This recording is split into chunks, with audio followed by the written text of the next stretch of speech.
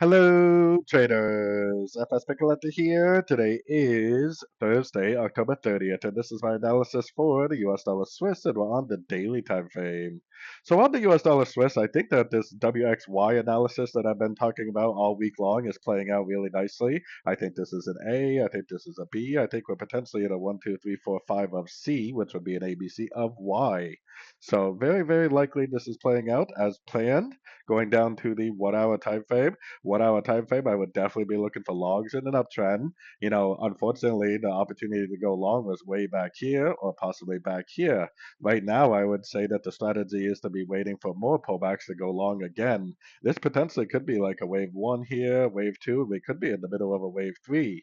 So it potentially could just keep on going. They can pull backs along the way, which is great news for us because those should be the opportunities that we should be waiting for patiently to go long again for the continuation of the uptrend.